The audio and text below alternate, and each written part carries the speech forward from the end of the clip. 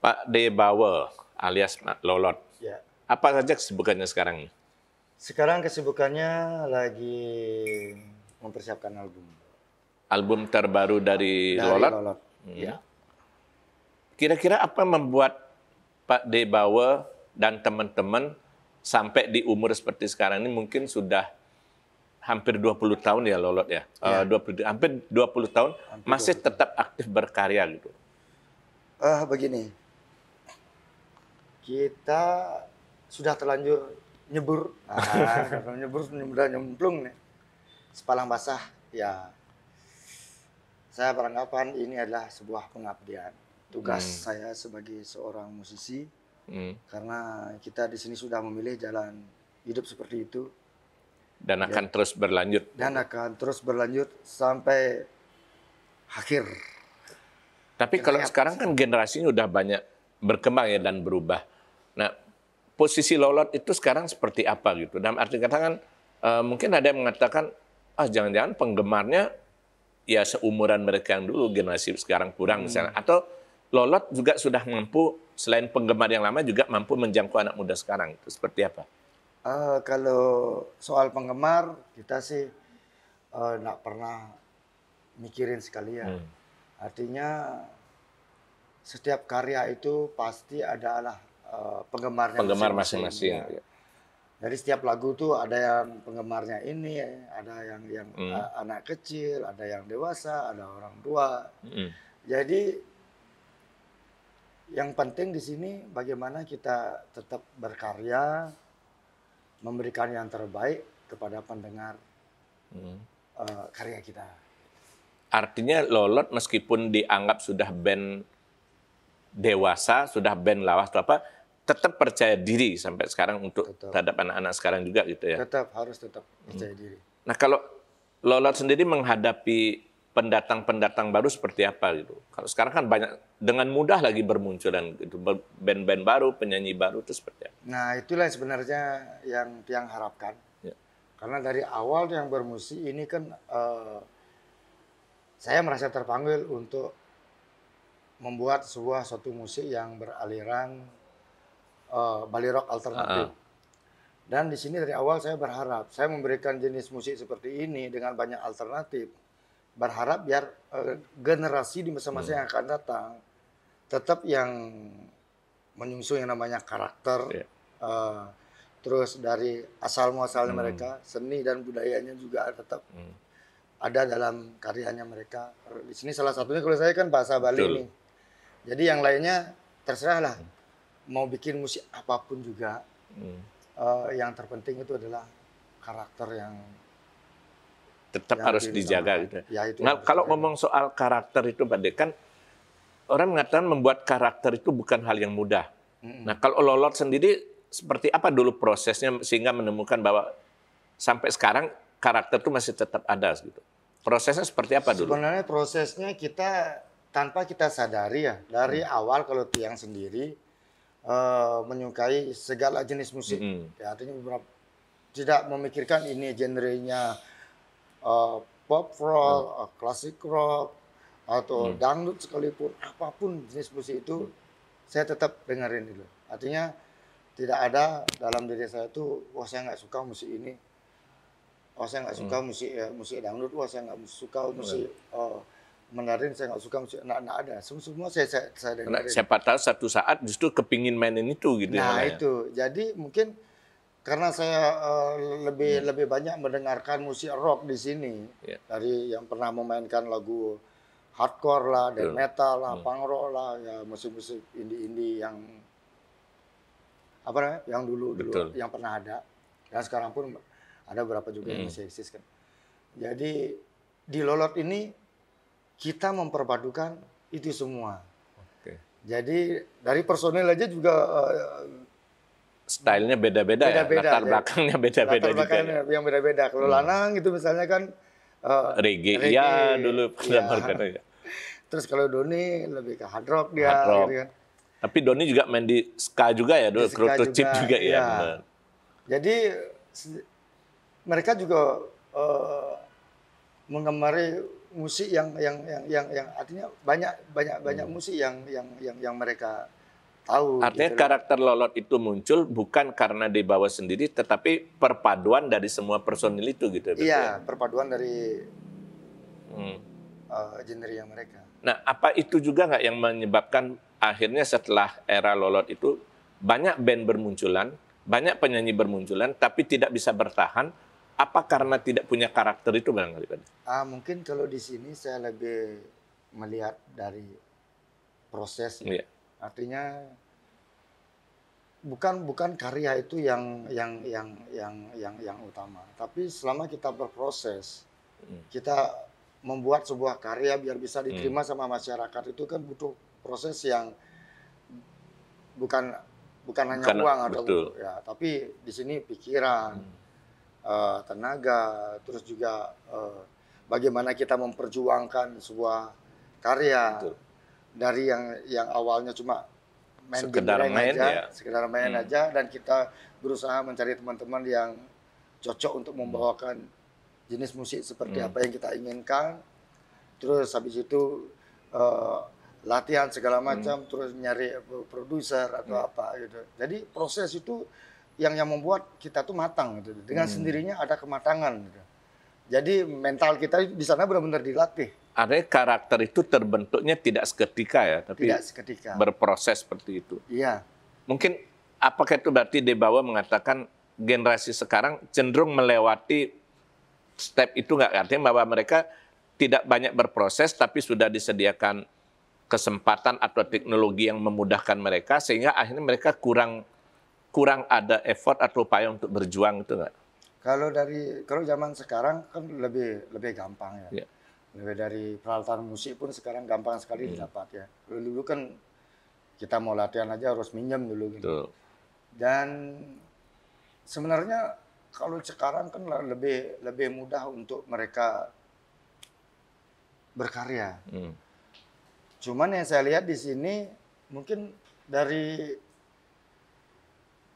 karyanya mereka itu tidak bisa lama tuh mungkin ya karena mungkin ambisi salah satunya. Dibuatnya bukan dari hati gitu ya? Bukan dari hati, tapi ambisi yang ada di sini. Iya. Kalau kita udah berkarya dengan ambisi, terus dengan Sudah berpikir ini akan jadi seperti apa, menghasilkan apa? menghasilkan uang Ya. atau yang Susah gitu jadinya. Artinya bahwa biarkan karya itu mengalir apa adanya, jangan dikondisikan sedemikian rupa gitu jadinya. Iya, kalau pengalaman saya dari dulu sih, kalau saya berkarya itu memang benar-benar harus terbebas dari yang namanya materi. Artinya terbebas dari keinginan, oh ini kalau sekarang mungkin biar sampai 5 juta viewer, ini harus dapat iklan sekian, lepaskan dulu itu gitu. Lepaskan dulu. Yang penting sekarang kita apa yang kita perbuat, karya seperti apa yang kita bisa berikan kepada masyarakat. Termasuk berarti dulu ketika pertama kali Lolot muncul dengan hitsnya Tresna Memaksa, Dagang Kopi Jaya segala macam, itu kemunculannya juga seperti itu ya berarti ya. Artinya muncul apa adanya dan bahwa ketika itu tercipta, rekam itu jadi Debawa juga nggak punya pretensi bahwa ini akan booming itu nggak ya berarti? Enggak. Kita nggak pernah memikirkan ini akan jadi apa. Yang jelas kita sudah mengekspresikan apa yang kita rasakan selama ini. Gitu. Sebelum karya-karya itu dijadikan, kita di sini kan mengalami sesuatu yang ya ada pengalaman pahit, Betul. ada pengalaman manis ya segala macam. Di sana kalau yang sendiri saya beranggapan, kebetulan saya suka nulis. Betul. Nulis, tapi nulis di tembok, coret-coret segala benak yang ada di kepala itu saya tulis di tembok. Artinya itu sebuah untuk mengacukan diri sih sebenarnya, untuk menghibur diri lah, untuk menyemangat diri sendiri. Tapi justru curhatan hati itu, tulisan itu yang malah melahirkan tema lagu gitu jadinya. Iya, tema lagu jadi kebetulan, coba saya bikinin lagu. Ambil gitar. Loh, jadi lagu. Awalnya cuma pelampiasan lalu aja. diiringi gitar, jadi lagu gitu. Iya. Tapi kalau ngomong soal, ini sedikit kilas balik ke pemunculan Lolot dulu katanya.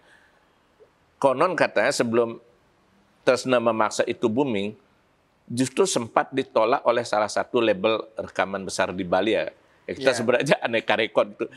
Boleh diceritakan nggak perasaan Debawa waktu itu ketika bahwa musiknya itu dipandang sebelah mata dianggap nggak bakal ngasilin duit seperti Iya. itu. Itu bukan salah satu, itu bukan satu label. Bukan satu. Ya, tapi Banyak label ya. banyak label yang mulai. Karena pada saat Kalau itu dihitung ada berapa? 5, 6, 7, berapa ya 10? label di Bali waktu itu ya? Bali Record, Bali Maharani, Record, Aneka Maharani, Record, semua itu. Intan Dewata sempat juga. Intan Dewata sempat mengaruh hampir Hampir semua label ya. semua berarti. label. Oke. Semua label yang datangin bermaksud untuk karena udah keteter kehabisan uang lah untuk melanjut recording lagi nggak bisa karena semua yang ada di kamar udah habis dijual untuk biaya Untuk recording. membiayai rekaman Sampai itu. sepeda motor pun jual udah untuk apa namanya? Biar jadi saja. Biar jadi aja karya itu. Terus di pertengahan jalan mau lanjut recording, maunya cari sponsor ya salah satunya mencari produser. Label. Dan masuklah ke salah satu apa namanya itu? Perusahaan kamera. Tapi itu rata-rata penolakannya apa gitu artinya? Pada Alasannya? saat itu nih Pak, saya bawa demo. Tapi ini lagunya bukan lagu seperti biasanya. Mungkin Bapak bisa dengar dulu. Gitu. Baru dengar yang slow kan ada tuh, Karman Beli. Bagus. Pas Karman Beli masih anggut-anggut. Masih dagang kopi juga. Terus pas lagu Bangsat sampai, wah kok keras sekali lagunya ya, kayak gitu. Liriknya juga dianggap terlalu vulgar ya waktu itu. Terlalu vulgar. Karena pada waktu itu kan kebanyakan label hanya mikirin pasar. Iya. Sedangkan di sini Tiang sama teman-teman Kadang cenderung idealis. Gitu. cenderung idealis karena di sini Tiang pada waktu itu saya harus memberikan sebuah sesuatu yang baru untuk Bali ini gitu. Jadi bukan bermaksud untuk meredupkan pasar yang lain. Artinya memberikan sesuai namanya ya rock alternatif, memberikan alternatif. Ada loh pilihan musik yang beda gitu waktu itu. Iya, artinya cuma melengkapi gitu. Karena pada waktu itu kan mungkin labelnya nggak ke sana pikirannya. Karena pada waktu itu saya sendiri melihat perkembangan musik Bali pada waktu itu kan biasa aja, cenderung stagnan, pop, itu ya aja. pop tradisional, Dan Mandarin penggemarnya gitu. juga rata-rata tetap seputaran itu aja. Sedangkan generasi pada waktu itu sudah berontak, udah mulai berontak. Mereka kan ingin buat sesuatu karya yang energik seperti lagu barat. Mereka bisa goyang-goyang, mereka bisa headbang lah, mereka bisa goyang-goyang lah gitu. Artinya lebih energik lagi gitu. Dan saya berpikir kalau tetap seperti ini Bali bakalan ketinggalan. Tapi katanya sempat ditawari untuk diterima rekaman itu, tapi dengan syarat diubah menjadi lagu Mandarin gitu katanya. Iya, diubah lagi Mandarin. Oke, ini lagunya semua bagus nih, tapi bisa nggak musiknya dirubah dengan musik Mandarin? Waduh, nggak bisa Pak, ini udah karakter saya rock. Jadi ya maaf, kalau Bapak nggak mau nerima musik ini nggak apa-apa. Tetap nggak jalan naik sepeda motor masih serem terima. Hujan panas nih, hari lagi sampai di Maharani ada pembawa KW di sana. Li, ini buat demo. Oh ya, sampai berapa bulan terus. Didiemin nggak ada jawaban. Belum diterima, belum didengerin, banyak alasan. Ya udah akhirnya boom bom Bali. Pariwisata turun. Kebetulan pada saat itu recording di Pragina, di Pragina dan Gus Mantro tertarik bertertarik untuk rekam. Sejak itu berpisah. Ada sanalah baru kita lanjut lagi. Kalau dilihat dari perjalanannya dan ini komentar banyak orang ya, bukan hanya saya saja, banyak pendengar juga beranggapan bahwa salah satu kekuatan Lolot itu adalah pada personilnya. Artinya masing-masing personil itu punya andil yang sama untuk membesarkan dan menciptakan karakter Lolot. Bisa diceritakan nggak itu bagaimana prosesnya? Padahal kan kalau kita lihat sejarah band-band luar juga antar personil itu kan justru sering bertengkar, justru segala macam. Nah, kalau di Lolot itu seperti apa gitu? Karena kalau dia sampai sekarang, ya mungkin salah satu band, walaupun sempat ganti personil satu, tapi secara permainan dan segala macam, Lolot cenderung stabil gitu. Seperti apa itu? Mungkin di sini kita sama-sama terbuka ya. sama-sama terbuka dari awal. Yang ketemu sama teman-teman, mereka sangat respon sekali karena ini sebuah sesuatu yang dianggap baru juga. Mereka juga kaget awalnya kan, hah, lagu Bali? Nah, Bali apa? Baru dengar, oh beda nih, baru mereka semangat untuk gabung. Dan pada saat penggarapan musik, kita memberikan porsi yang sama. Oh terserah mau diapakan, terserah. Ini musiknya seperti ini, lagunya seperti ini. Terserah kalian sendiri yang punya wewenang untuk mau diapakan musik ini. Artinya bukan kemauan dari satu orang yang sebagai leader aja, bukan? Bukan.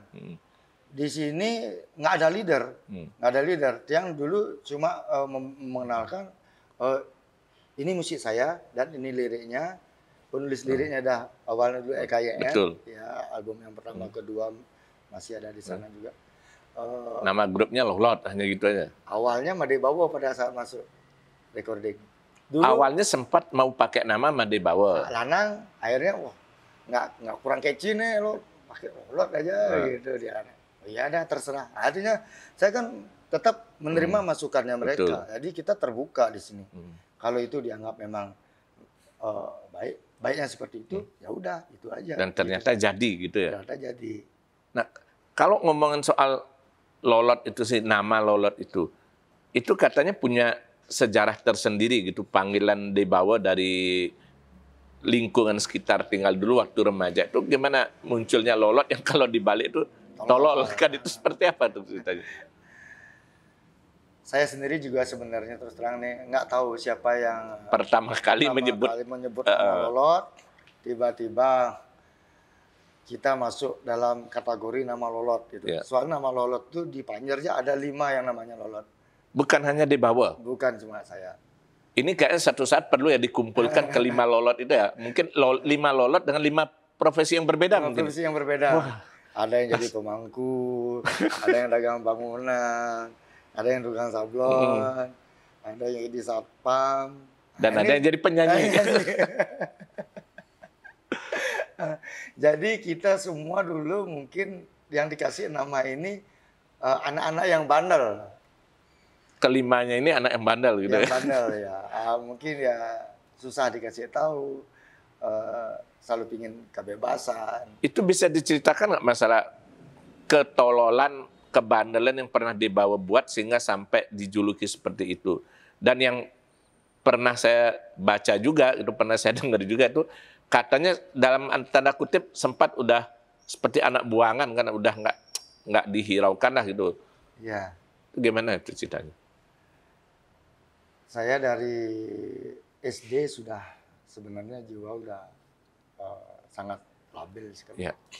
Hati cepat ngambul, cepat emosi. Ya. Dan seringkali mengekspresikan diri itu dengan melampiaskan emosi itu dengan memukul sesuatu, merusak diri sendiri gitu. Jadi sampai akhirnya kena pergaulan yang namanya sudah mulai masuk masa remaja. Kenalah yang namanya ya awalnya minum-minum teman-teman, akhirnya setiap hari seperti itu. Masyarakat pada waktu itu menjauhi saya. Dan pasti udah dibilang nggak usah bergaul dengan dia kan, gitu kan. Jangan bergaul dengan Lolot soalnya kamu pasti akan rusak. Ya. Dan di Panjer pun bisa dihitung dengan jari berapa orang yang nyambung pada waktu itu. Karena ya memang orang tuanya dulu kebanyakan mungkin ya jangan bergaul sama dia, nanti kamu akan rusak, mabuk-mabuk ya nanti kerjanya, bikin rusuh sana sini gitu. Ya tapi sejalannya waktu akhirnya saya berpikir saya nggak mungkin harus terus-terusan ini ya. Saya nggak mungkin terus-terusan seperti ini karena saya harus memberikan sesuatu yang bisa merubah daripada keadaan. Ya, yang awalnya dianggap memang tidak punya masa depan, mewujudkan itu gitu. Ya, mewujudkan. Tapi itu. sebelum nyambung soal titik balik itu bahwa Debawa kepingin memberikan masa depan itu, bisa diceritakan nggak kenakalan yang paling parah yang pernah Debawa lakukan pada waktu itu apa? Kenakalan yang paling parah itu sebelum desa itu lomba desa, acara lomba desa soal narinya juga lomba desa. Penjor tuh habis tuh tak cabut. Penjor untuk lomba desa dicabut sendiri. Ya sendiri. Alasannya kenapa gitu? Salahnya apa penjor itu gitu? Sebenarnya ini tentang emosional aja. Iya. Ya, mungkin pada waktu itu sempat mengalami rasa frustasi ya. Iya. Frustasi di sini juga saya udah mulai berkarya tapi tidak menemukan jalan. Mulai mencoba berkarya belum ketemu teman yang sepaham ya waktu itu berarti. Teman sepaham belum ketemu, bikin grup musik selalu gagal. Jadi pelampiasannya tindakan itu. Terus ada juga tentang asmara juga ada ya udah mengenal asmara cinta remaja ya. Cinta remaja. Ditolak. Enggak ditolak, diputusin gitu. Dan akhirnya pelampiasannya enggak terkendali. Ya. Gimana tidak Pak, arak satu botol bir itu dengan gelas bir yang besar. Betul. Itu minum hanya 2 kali teguk. Satu botol 2 kali teguk. 2 kali teguk. Efeknya tidur bukan gimana? 2 kali teguk. Satu botol dipenuh nih penuh. Langsung habis. Habis. Tuang lagi, diam, lama habis. Minum lah habis. Efeknya? Lagi. Efeknya berbangun gelap dunia itu. Dan akhirnya terjadilah ya tindakan pencabutan penjor itu gitu. Terjadilah perbuatan di alam bawah sadar gitu ya. Itu sempat apalagi di Banjar sempat disangkapin di Banjar atau gimana jadi tindakan itu? Kalau disangkapin di Banjar enggak sih, cuman menjadi sampai sekarang menjadi ya semacam kegonjaan lah. Iya. Artinya satu-satunya yang berani viral waktu itu ya. Kalau sekarang udah viral. Wah, bayangkan kalau tindakan itu ada zaman sekarang, itu viral banget ya. Udah banyak dah gitu ya, viewernya banyak. Dan akhirnya di sana yang berpikir. Itu puncaknya, baru kemudian berpikir untuk. Akhirnya dari itu saya 3 bulan nggak keluar rumah. Iya. 3 bulan nggak keluar rumah. Dan meningkap diri karena malu, Pak. Iya. Karena malu. Dan akhirnya dalam takut diomongin itu ya. Iya. Oke. Karena dalam penyekapan itu akhirnya adalah penyekap diri. Mengurung diri. Oke. Akhirnya udah mulai nulis lagu, mencari aransemen. Saya punya. Itu umur berapa kira-kira di waktu itu? Itu umur udah tamat SMA. Masih SMA. Masih SMA. Udah mau tamat itu ya, Bang Sama. Iya. Masih ingat nggak lagu pertama yang dihasilkan waktu itu lagu apa? Yang pertama itu lagu Tersenama Maksud. Tersenama Maksud. Itu memang sudah kepikiran tujuannya mau bikin lagu Bali? Bukan Tersenama Maksud. Karman Beli kayaknya. Karman Beli. Tersenama Maksud Eka ya? Oke. Tersenama Maksud itu setelah masuk fase yang sudah agak tenang. Itu boleh dibilang berarti Karman Beli itu sebetulnya gambaran dari apa yang dibawa alami sendiri pada waktu itu ya? Iya. Itu kenapa kepikiran waktu itu langsung bikin lagu Bali? Karena pertama punya grup band bubar semua. Ya kan? Bubar semua, terus basic saya dari SD sebenarnya senang dengan lagu Bali. Ya. Karena udah jenuh di masa-masa jenuh, akhirnya lagi dengan lagu bahasa Bali dan mulailah berpikir seperti itu. Membandingkan kenapa lagu Bali yang sekarang genrenya monoton. Ya. Terus saya lihat juga dari segi anak mudanya, saya lihat yang segenerasi dengan saya dulu ya. Cenderung agak menjauhi lagu Bali waktu dia kurang. Menjauhi lagu Bali, cenderung kiblatnya ke nasional, internasional. Betul. Jauh sekali gitu loh. Sedangkan saya di sini melihat ini berarti kekurangan ini. Ada peluang sebetulnya. Ada peluang. Saya lama menunggu nih, udah lama yang menunggu, tapi akhirnya nggak ada sih. Kok ada yang bikin lagu seperti ini ya? Ya di sanalah saya terpanggil jiwa saya. Terpanggil, ya udah kalau nggak ada yang bikin lagu seperti ini udah saya aja. Coba jadi. Saya aja dah coba. Nah, daripada juga, dan saya juga jujur di sini Pak. Saya dulu awalnya kan bawain lagu bahasa Inggris. Betul. Tapi ya nggak tahu artinya, senang bawain aja gitu. Terus Beda kalau lagu Bali ya. Hmm. soalnya pas pada saat saya menyanyikan lagu bahasa Inggris, bule yang nonton pun nggak ngerti. Ini dia ngomong apa ini? Artinya niru lagu Barat, tapi lafalnya nggak jelas juga Lama-lama ya. nggak jelas gitu. Akhirnya ngapain saya berbohong pada diri Iya. sendiri dan membohongi orang lain gitu. Artinya nggak perlu berpura-pura sok hebat bawa lagu berbahasa asing, nggak begitu ya? Iya. Artinya biar saya akhirnya berpikir gimana caranya style biar tetap rocker, kita bisa bebas berekspresi, kita tetap gila. Menyanyinya juga dengan senang gitu ya? Iya, kebiasaan kita tetap, misalnya yang suka minum ya. Betul. Bukan jadi pemabuk lagi. Iya.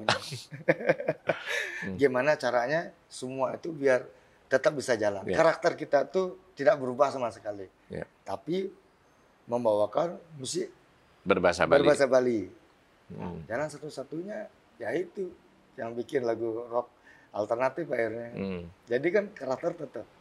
Nah, dari kenakalan yang pernah dilakukan oleh seorang Lolot di Bawa, selain minum itu, biasanya kan orang berpikir bahwa anak muda selain minum-minum identik dengan barang haram, narkoba. Nah, jujur aja, pernah nggak make waktu itu? Ya yang namanya dalam pergaulan, Pak. Saya jujur ya, pernah. Ya. Dan saya pernah menggunakan beberapa jenis narkoba. Itu sebelum ngeband ya? Itu sebelum ngeband, Ya. Dan di pas ngeband cuma pakai yang Ya. udah kadar udah menurun. Jauh ya? Ya, udah jauh, sangat jauh. Itu ceritanya bisa terjerumus itu seperti apa di waktu itu? Salah satunya dari proses itu, Pak. Dari berproses Kekecewaan tadi ya? kekecewaan tadi karena juga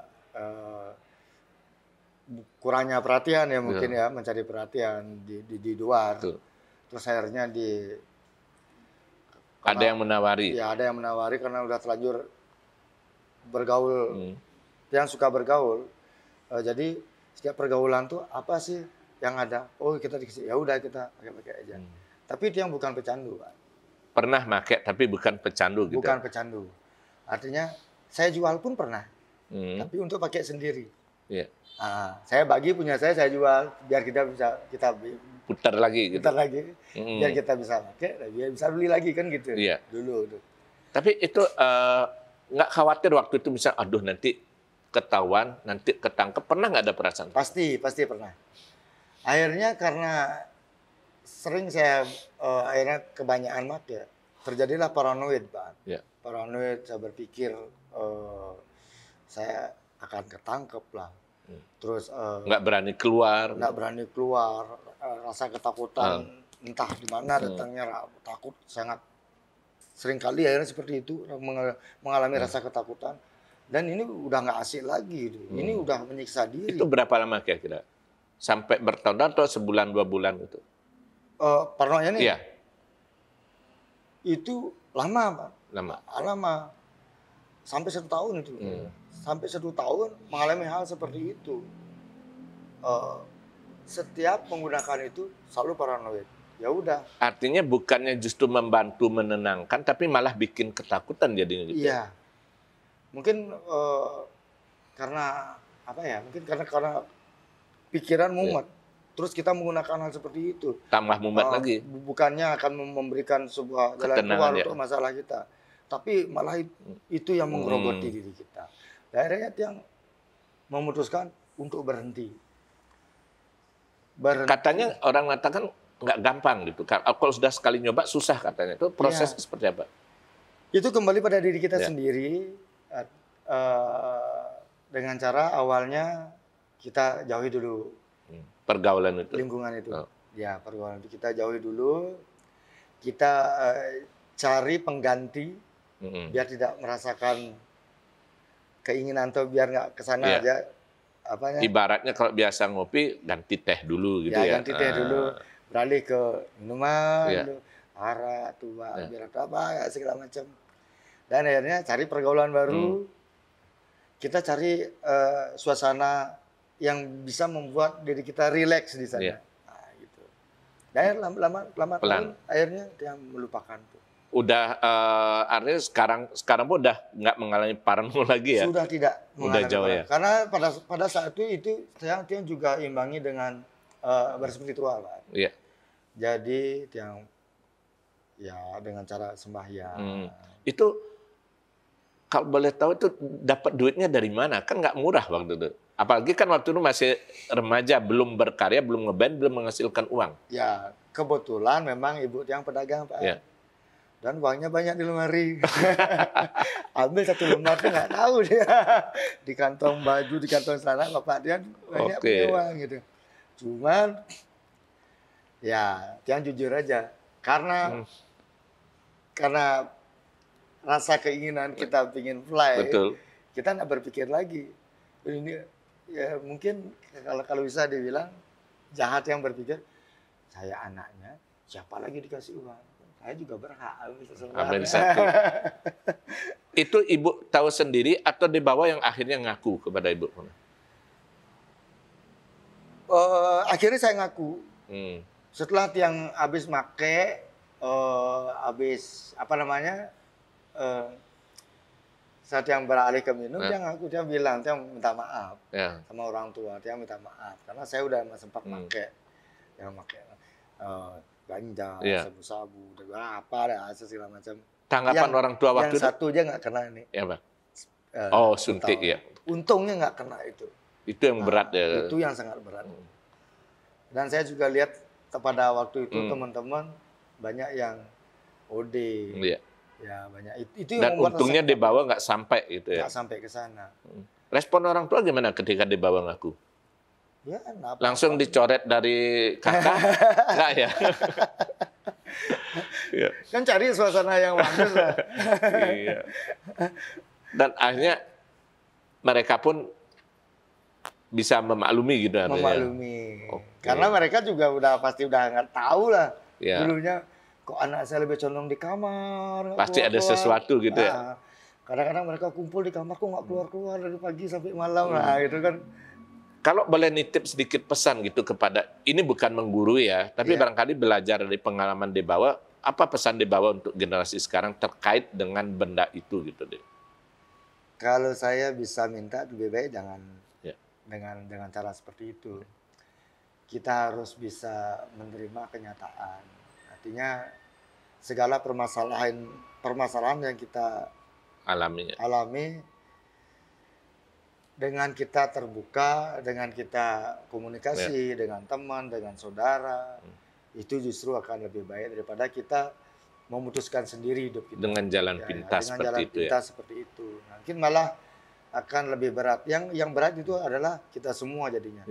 Keluarga yang berat. Misalnya kalau kita menjadi pecandu, ngurusin itu atau kita ketangkap, ngurusin dia, akan berat. Ya kan? Jadi kalau bisa jangan hindari. Ya. Cari jalan yang normal-normal aja gitu. Yang penting terbuka komunikasi kan gitu. Oke. Setelah Lolot rekaman diterima dan booming, perubahan respon masyarakat di sekitar waktu itu seperti apa gitu? Ketika dulu nggak usah bergaul dengan Lolot sehingga jadi rocker itu seperti apa gitu? Kebanyakan sih langsung berubah atau mungkin mereka juga masih agak segan juga atau gimana gitu? Ada rasa segan tak lihat di sana dan banyak juga ada yang intinya mereka senang. Karena saya lihat gimana diam-diam ya mereka menerima saya dan mendukung apa yang saya lakukan. Karena kan sempat masuk di televisi, mereka punya kebanggaan sendiri. Oh, dari mana nih? Dari Panjar. Gitu. Dan kebetulan juga Tiang sebelum itu memang suka bergaul. Jadi tidak satu tempat aja. Dan sebelum jadi musik itu direkam, Tiang memang nyanyikan dulu kemana-mana. Jadi promonya saya ingin tanggapannya mereka seperti apa. Ekspresinya mereka. Artinya Debawa tidak hanya sekedar rekaman dilepas, tapi juga berupaya tetap memperkenalkan lagu itu sendiri ya, turun langsung. Iya, sebelum direkod pun saya sudah nyanyikan lagu-lagu itu. Kayak uji pasar dulu gitu. Uji pasar dulu. Tapi gimana ya? Artinya kemana-mana kalau kumpul minum. Coba ini ada lagu baru, coba dengerin gitu. Coba dengerin saya punya lagu. Dan mereka asik, mereka ngerespon.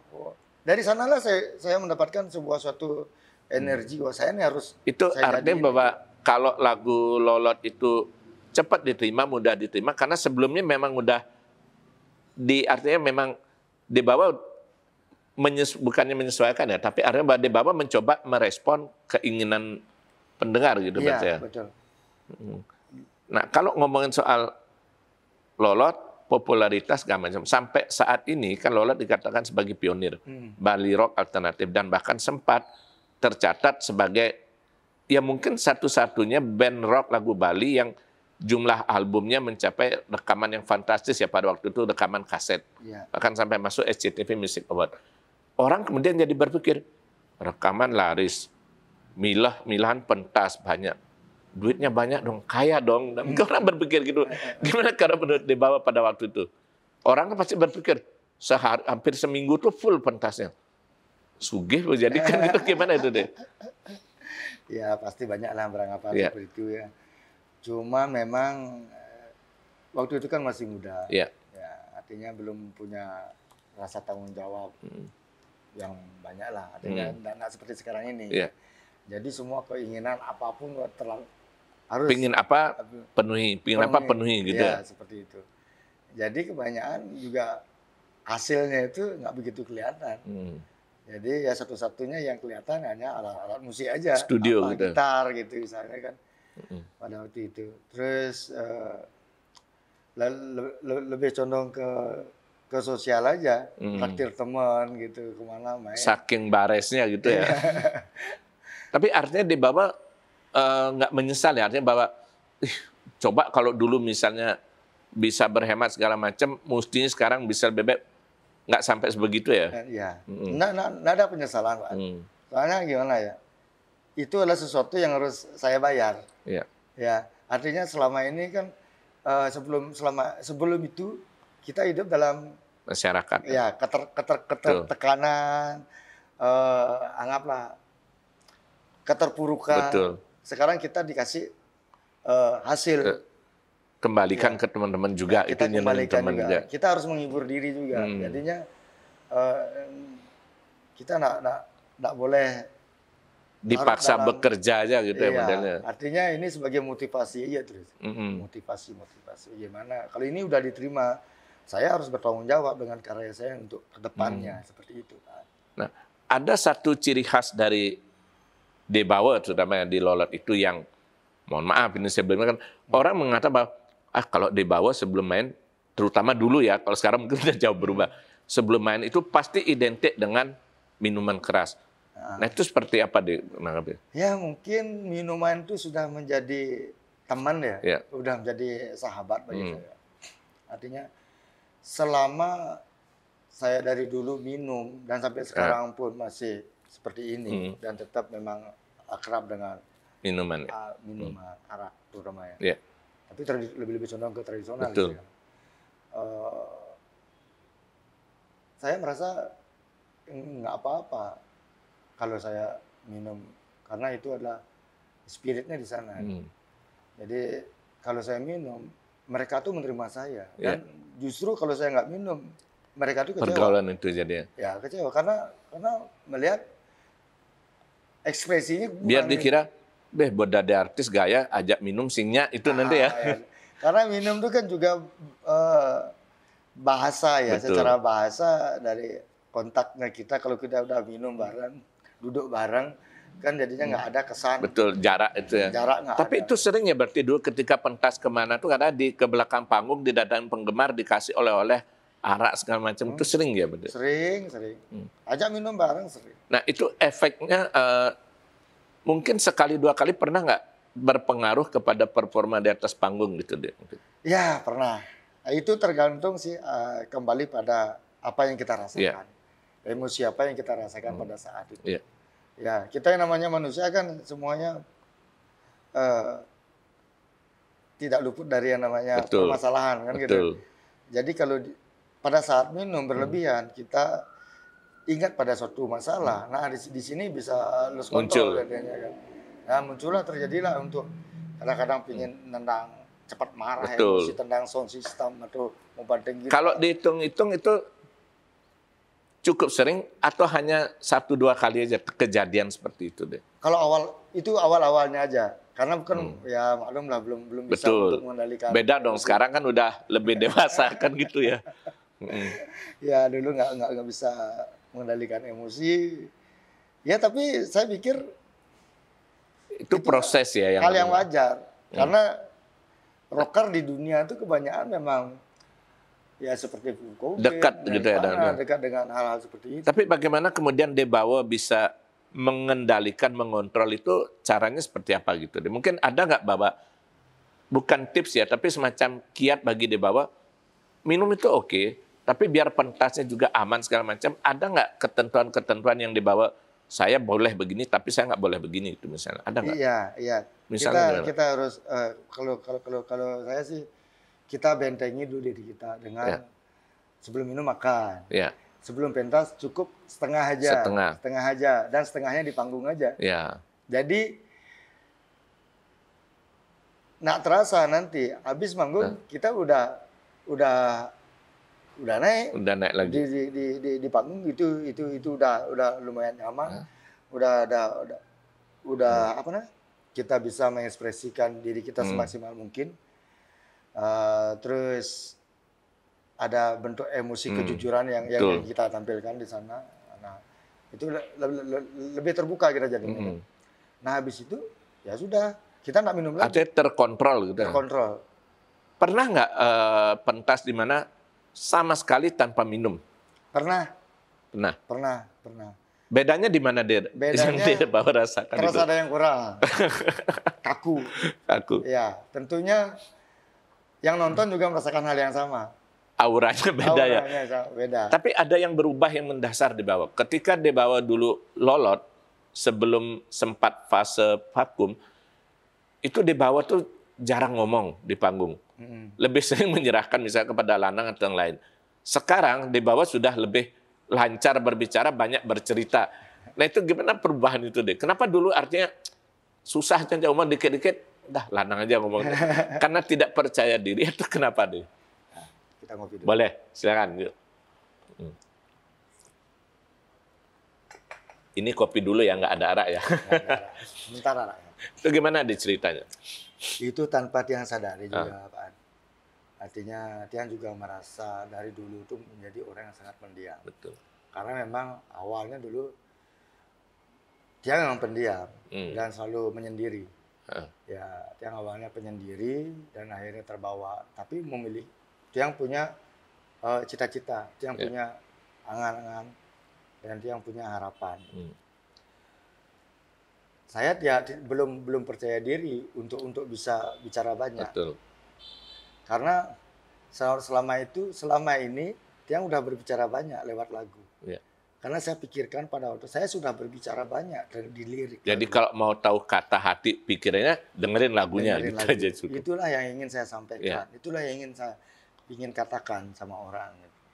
Cuman karena saya memang dari dulu memang nggak percaya diri untuk berbicara banyak. Tapi akhirnya lambat laun saya berpikir saya nggak boleh seperti ini terus. Karena kebutuhan komunikasi ya. Ya, karena gimana pun juga saya harus terbuka dan berusaha untuk membiasakan diri untuk berbicara. Ya. Nanti satu saat juga ketika dituntut harus sharing apa segala macam biar bisa juga gitu ya.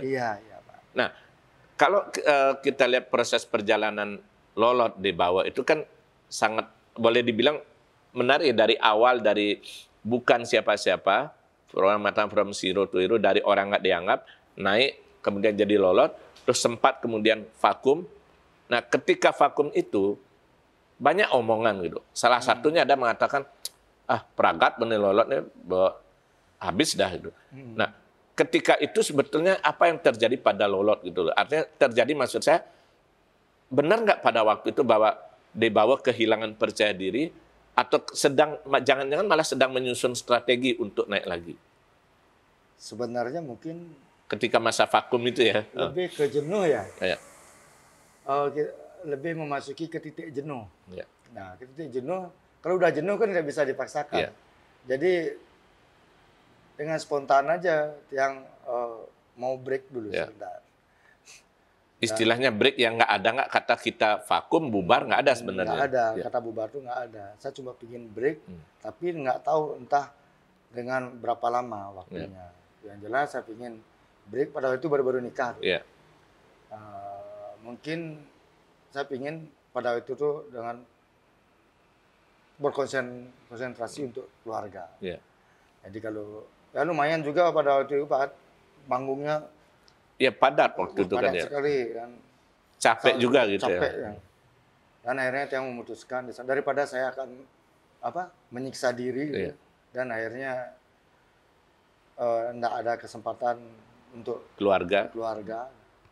Ya udah yang pada waktu itu memutuskan untuk break gitu. Dan memutuskan Sempat solo karir ya. Ya, sempat solo karir. Dan akhirnya karena saya sudah keluar dari manajemen pada itu udah, jadi kan nggak mungkin saya masuk lagi. Betul. Ya, di sinilah Tiang buat sendiri musik Tiang pada waktu itu dengan mempergunakan peralatan seadanya di rumah. Yang agak berbeda dari Lolot waktu itu ya. Iya.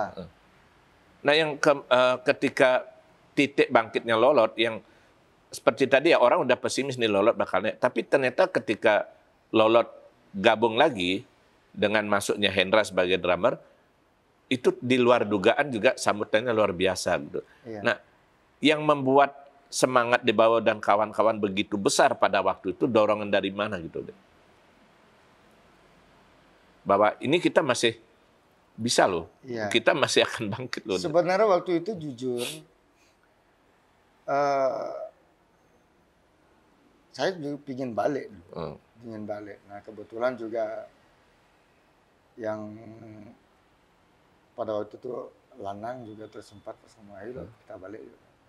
Ayo kok toh kita nggak ada bubar. Ayo kapan mau balik aja. Artinya yang cukup kuat pada waktu itu untuk ngajak lagi, nginget lagi Lanang ya waktu itu. Karena waktu itu kan saya bikin setelah kita break itu yang bersolo solo karir, tapi tetap namanya Lolot yang pakai. Iya, karena betul. kan dari nama Lolot tuh dari sana udah memang kita udah nggak bubar gitu. Iya. Cuma di sini bikin project Projectnya aja berbeda, ya. dengan band-band indie gitu. Iya. Jadi pada saat mereka ngajakin balik, ya oke, ayo kita gas lagi. Nah, padahal pada waktu itu Tiang mau bikin album yang keberapa itu? Tujuh Langit. Tuh. Betul ya. Yang album solonya itu ya. Di Tujuh Langit itu ada gradasi di sana. Betul. Ada additional player yang main, ada Lolot band yang main di sana. Ada di sana, habis itu langsung Bangkit lagi gitu. lagi. Nah, kalau di bawah ngeliat sejauh mana peran penggemar terhadap eksistensi Lolot gitu ada. Artinya sejauh mana para penggemar itu membesarkan semangat untuk Lolot terus berkarya dan tetap ada itu seperti apa? Karena kan kok dibilang kan cukup militan gitu ya. Iya. Kalau penggemar yang saya kasih nama Bali Rockers. Ya. Mereka tetap yang namanya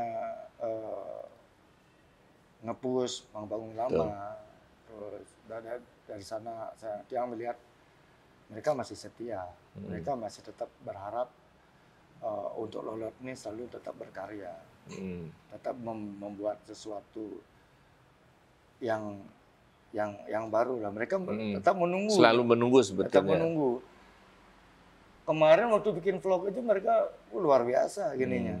Responnya luar biasa. Jadi mereka tetap menunggu perkembangan apa sih yang Setelahnya selanjutnya. apa lagi gitu ya. Apa lagi nih gitu.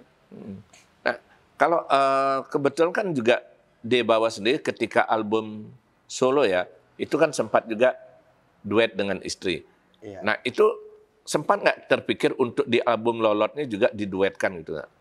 Di album Lolot juga ada tuh yang duet sama istri. Cuman lagunya nggak sering Tiang bawakan.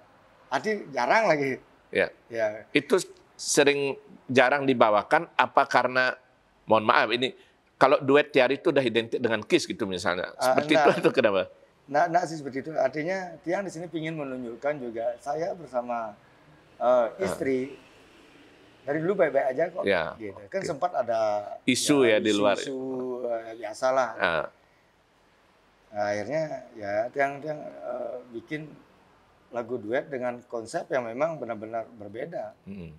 Berbeda, dan dari segi chordnya berbeda, dari jenis musiknya juga berbeda. Dan sempat masuk di, kalau nggak salah, di album Perjalanan Hidup. Ya, Perjalanan Hidup. Perjalanan Hidup ya? Kalau ya Perjalanan Menuju Hidup Langit juga ada. Kalau Perjalanan Hidup, Solo Patresno sendiri. Betul. Kalau di bawah ngelihat selama ini peran istri terutama dan keluarga secara umum terhadap karir di bawah seperti apa? Sangat mendukung, sangat mendukung. Karena ya kebetulan memang istri dari keluarga musisi juga, dan tahu jiwanya seperti apa ya? Musisi itu seperti apa. Apalagi kita Tian sama mertua sama-sama rocker. Nyambung jadinya gitu ya. Jadi udah nggak asing lagi kalau melihat yang mau minum, udah terbiasa. Kalau itu ada keinginan nggak untuk rekaman kolaborasi dengan mertua langsung? Ada, ada. Sedang direncanakan gitu ya? Direncanakan. Ini bakal jadi hal yang menarik ya, jadi pertama kali gitu ya? Iya. Nah, di bawah nyambung dengan yang di awal tadi ya, ketika dikatakan bahwa ketika masa kejayaan Lolot, itu kan termasuk juga ke masa kejayaan penyanyi atau grup band. Secara finansial kan mereka oke. Artinya mereka bisa berbuat apapun, termasuk mungkin juga invest. Nah, di bawah kan dulu sempat juga berusaha buka clothing, buka sablon dan studio. Nah, itu gimana prosesnya sekarang deh? Artinya sebagai ini loh hasil dari karya saya dulu seperti apa? Ya kalau saya sih semua yang anggap sebagai sebuah suatu ekspresi aja ya. Karena Tiang di sini kan bukan bisnismen. Kalau orang lain anggap Tiang kan sebagai seniman.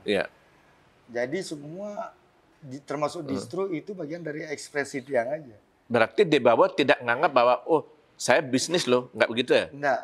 Ketika buka clothing itu bentuk sablon itu juga ini bukan bisnis gitu, hanya ekspresi aja. Ekspresi aja. Jadi kalau Tiang dari dulu memang selalu ingin tahu buka clothing itu seperti apa sih? Sablon itu seperti apa sih? Kendalanya di mana? Dan Tiang belajar di sana. Tiang senang sekali mempelajari proses dari awal itu. Jadi itu salah satunya sablon. Terus kalau clothing itu kebetulan Tiang kan juga suka gambar. Betul. Ya, otak-atik komputer, desain grafis lah segala macam. Dan Tiang juga ingin melihat dari tolak ukur yang Tiang perbuat, gitu, yang saya perbuat. Jadi kalau saya buka clothing, saya dengan desain yang saya bikin sendiri, responnya bagaimana sih? Nah, seperti itu. Jadi ya selalu penasaran tentang bagaimana kemampuan penilaian orang terhadap karya sendiri gitu, kemampuan diri sendiri gitu. Betul. Nah, kalau ada pertanyaan gini, sampai kapan Debawa mau bermusik gitu deh? Karena kalau boleh dibilang kan ya dibanding ketika dulu meluncurkan Tresno Memaksa, sudah hampir 20 tahun gitu. Ya mungkin secara energi, secara umur, udah beda dong gitu. Seperti apa Debawa? Kalau bermusik itu kan, anggaplah itu hidup ya. Udah, saya udah terlanjur hidup di musik. Akan selama saya hidup, saya akan main musik. Gitu ya? Itu komitmennya gitu. Komitmen, selama saya hidup ya. Itu adalah hidup saya. Anggaplah seperti ini. Kalau musik saya anggap dari dulu itu adalah orang tua kedua saya. Betul. Ya, bapak ibu saya itu adalah musik. Betul. Bangun tidur dengan musik, sebelum tidur dengar musik. Hidup dari musik juga. Hidup dari musik juga. Udah jadi satu. Jadi bagian nggak bisa dilepaskan gitu ya. Dilepaskan. Kalau dari putra ada, ini kan kalau kita lihat misalnya putranya Doni bermusik sekarang. Putranya Lanang bermusik juga. Putranya Eka SED bermusik juga. Nah, putranya di bawah gimana? Ya pasti ada lah. Pasti ada, karena ada drama musiknya mereka tinggal ngambil aja alat, pasti bisa. Ya terutama ini kalau Tiang punya putri yang pertama memang punya vokal. Terus yang kedua juga dia lebih ke passion, vokal juga. Terus kalau yang ketiga. Ini cowok ini dia suka alat musik. Cuman sekarang saya tidak mau memaksakan harus jadi ini itu. Harus gitu. jadi musisi. Nah, dia memberikan sebuah kebebasan sama mereka. Ya terserah mau jadi apa nantinya. Nanti tidak harus mengikuti kemauan daripada orang tua. Ada nggak kemungkinan satu saat muncul misalnya Lolot Junior? Ya ini anaknya Dolot, anaknya Lanang, anaknya Ladon itu bisa dipersatukan. Sempat nggak kepikiran gitu mungkin? Kita semua memang memikirkan satu band. Akan ada ya, Akan berarti ada, ya. Ini ya. perlu ditunggu kan Iya. benar. Tapi ya kita kan tidak tahu nanti akan Entah kapan Entah jadinya kapan. seperti apa gitu ya. ya kita kembali serahkan sama alam lah. Oke. Nah, yang terakhir ini mungkin kalau De Bawang lihat perkembangan musik di Bali saat ini, termasuk juga artinya ya barangkali dari era pemunculan Bali rock alternatif di awal tahun 2000 sampai sekarang itu cukup banyak muncul band, cukup banyak juga muncul penyanyi. Iya. Bahkan sekarang teknologi juga jauh lebih mudah. Iya. Kalau dulu De Bawang harus ngelamar, rekaman ditolak, rekaman pun juga harus pakai rekaman sistem track yang ulang-ulang. Sekarang orang diem aja di rumah bisa rekaman sendiri, kan lebih mudah. Nah, De Bawang ngelihat sejauh mana perubahan ini berpengaruh terhadap perkembangan lagu pop Bali, termasuk juga regenerasi, gitu, terutama Bali rock alternatif. Oke, dari gini ya, dari perubahan dulu. Betul. Perubahan untuk kita. Betul, boleh. Jadi kalau Tiang melihat perubahan apapun itu sesuai dengan zamannya, Tiang nggak masalah. Ya. Kalau zamannya sekarang memang orang udah bisa jual musik dengan cara online, Iya. recording juga lebih gampang karena peralatan sangat mudah didapatkan. Lolot juga sudah punya channel sendiri ya, yang Channel official ya. sendiri, ya. Terus dari segi pemasaran juga kita bisa mengelola sendiri. Betul. Kita menjadi artisnya, kita jadi manajernya, kita jadi Marketingnya juga. marketingnya juga bisa. Gitu. Jadi sekarang banyak sekali pilihan. Kalau tentang hak cipta di sini kita bisa ngatur hak cipta, Betul. ya kan? Artinya fasilitas yang sekarang tuh jauh lebih lengkap. Ya, kalau saya tetap fleksibel apapun yang terjadi dalam masa-masa yang akan datang di dunia Rekaman lagu pop Bali ya. ya.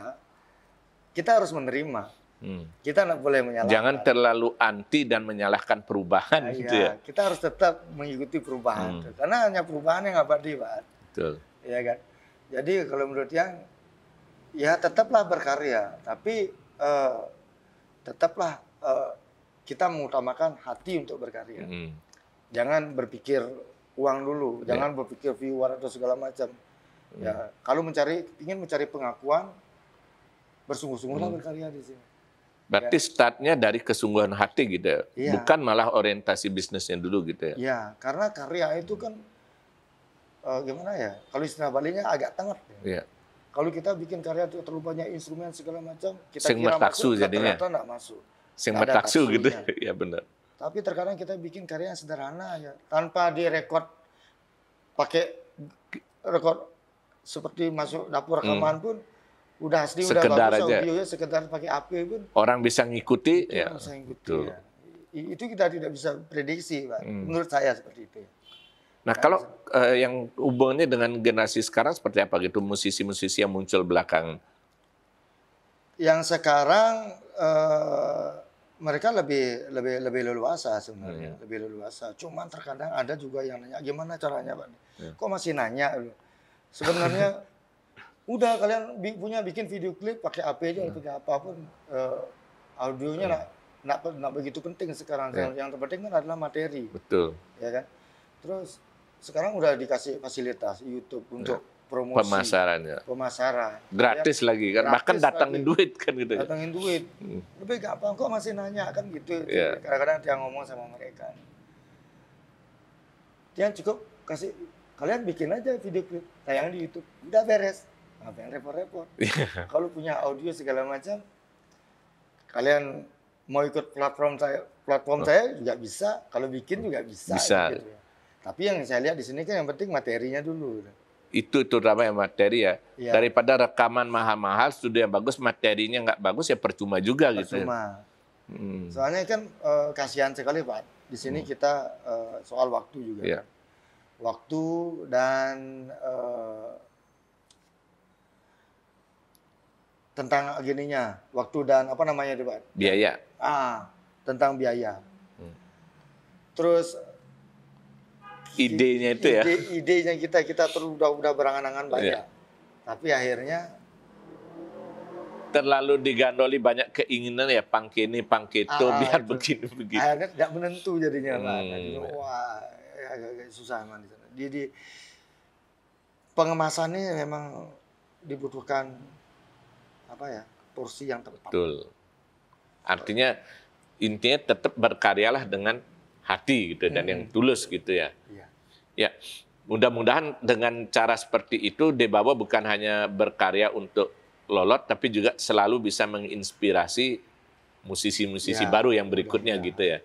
Dan kita tunggu nanti band Lolot Juniornya dan juga kolaborasi dengan Pak Nono ya, almarhumnya gitu. Terima kasih banyak Debawa, obrolan yang menarik. Mudah-mudahan nanti kalau ada cerita lagi yang menarik, kita bisa ketemu lagi, kita obrolkan bareng. Mari kita ngopi dulu. Salam secangkir kopi hangat. Secangkir kopi hangat.